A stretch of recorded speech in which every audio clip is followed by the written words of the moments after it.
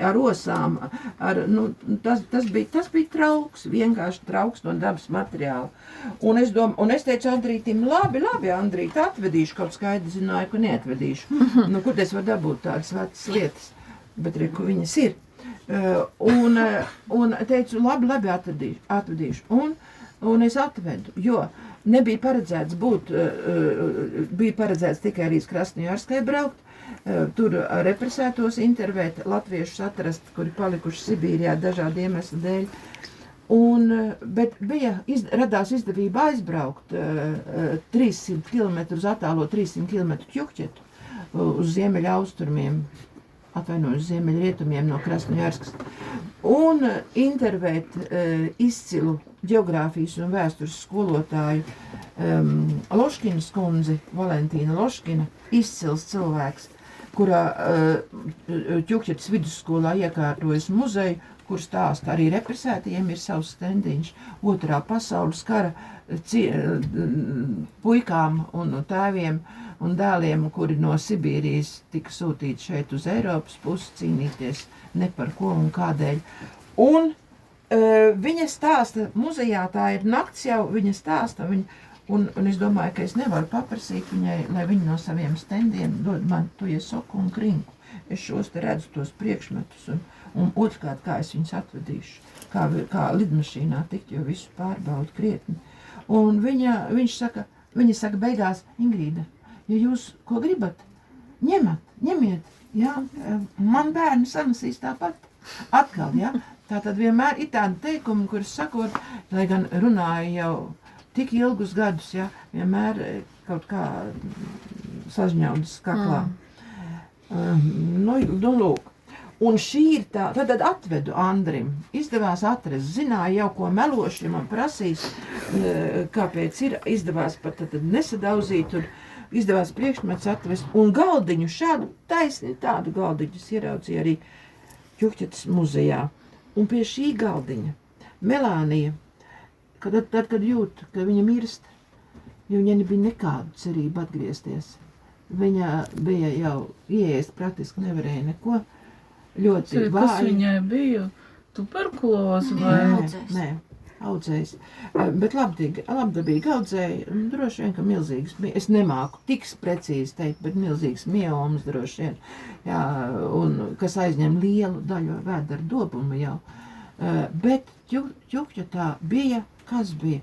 Ķuhķetā bija slimnīca ar atsevišķu ķirurģisku nodaļu, rentgena nodaļu, dzemdību nodaļu, atsevišķas mājas. Tās viss redzēja, protams, pussabrukušas, ja? Tātad Ķuhķeta bija rajona centrs. Rajona centrā viena asfaltēta ieliņa tagad joprojām ir, nevis vairāk, ja? Bet skaitījās rajona centrs, bet Ķuhķetā slimnīca. Slimnīca ar ārkārtīgi augstu līmeņu, zāļu nekādu praktiski. No ēteris, kas bija tolaik jau arī mums, man liekas, vienīgā narkoze, zāļu nekādu, bet kā augsts līmenis, no kurienes sievas, ko jūs varat pateikt uz šo? Izsūtītie ārsti. No kurienes? Latvijas. Nē. Nezinu, Ukrainas, Čehijas. Pirms tam Krievi. 30. gadi. Jā, vēl agrāk varbūt, jā, 30. gadi, kad kolhozas dibināja 20. gadu beigas pat, jā, no Ļeņingradas, tie bija no Ļeņingradas, no slimnīcām, visaugstākās klases, arī ebreji vai žīdi, vienalga kā to sakām, visaugstākās klases, jā, rokas, visaugstākās klases, bet instrumenti praktiski nekādu, bet ārkārtīgi zināšanas lielas, un ārkārtīgi liela tīrība un sterilitāte. Un Melānija gandrīz bija kā tāds izmēģinājuma trusīts, tā nedrīkstētu teikt, bet riskēja, vienkārši riskēja, ja, kas būs, apņēmās, operēsim. Bet Melānija, domājot, ka viņa neizdzīvos pirms tam, uzraksta būtībā pirmo, jau domā, racionāli domā, kas paliks aiz viņas. Viņa mirst, un dēla nav Sibīrijā tajā brīdī. Viņš Latvijā šeit. Viņa mirst, un viņa domā, lai dēlam paliek kāda atmiņa par tēti, Aleksandru, kura vairs nav, kurš ir nošauts jau 42. gadā, un sievām tiek melots visu laiku, ka viņi ir dzīvi, bez tiesībām sarakstīties, un daudz domājot, es saprotu, ka būtībā labi, ka meloja, jo viņas ticēja. Ticība turēja pie dzīvības. Viņas ticēja, ka viņi ir dzīvi. Nu, lūk, un viņa raksta atmiņas par sevi, par tēti, par Latviju, dēlam Alnim. Raksta šeit, sēžot šeit, nevis šeit, bet Sibīrijā, sēžot pie galdiņa, kādas tās papīras, es sīkumos nepaspēju izprasīt, vai tās bija kaut kāda rēķinaveža papīra otrās puses, vai no Latvijas tomēr atsūtīja kādu papīru gabaliņu, nezinu, tik precīzi nevaru pateikt. Bet katrā ziņā tas ir Melānijas rokraksts, lapa, ko es tur rokā, un viņa saka tā, šajā grāmatā, tad viņa uzraksta un paspēja aizsūtīt uz Latviju. Kāda grāmata, lapas kopā, šajā grāmatā ir 200 stāsti, 192 bildes un neskaitāmi daudz no sirds teiktu vārdu. Sākta 11. maijā, 49. gadā, pabeigta 2. maijā, 50. gadā, dažas rindas no grāmatas priekšvārdiem. Es gandrīz dotu, kam ir brille, es atnācu lielīgi, bez brilles, bez domāšanas.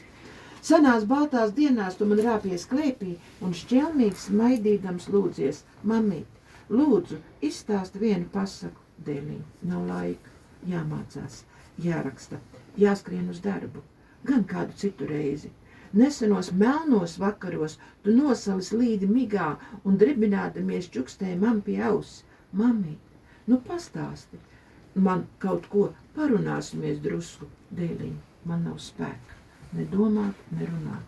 Gan jau kādreiz pastāstīšu. Es neesmu to aizmirsus. Un tu tagad savās rokās turi biezu grāmatu, tā viņa raksta 2A, ar daudz stāstiem par dabu, dvēseli un cilvēku likteņiem. Es gribētu, lai šī grāmata dzīvē tev aizstāja manu vietu. Nes tev mātes svētību, dzīves izpratni un palīdzību, lai grūto dienu tā dara vieglāku, neatrisināmo vienkāršāku un tālo tuvu. Mamma. Sibīrijā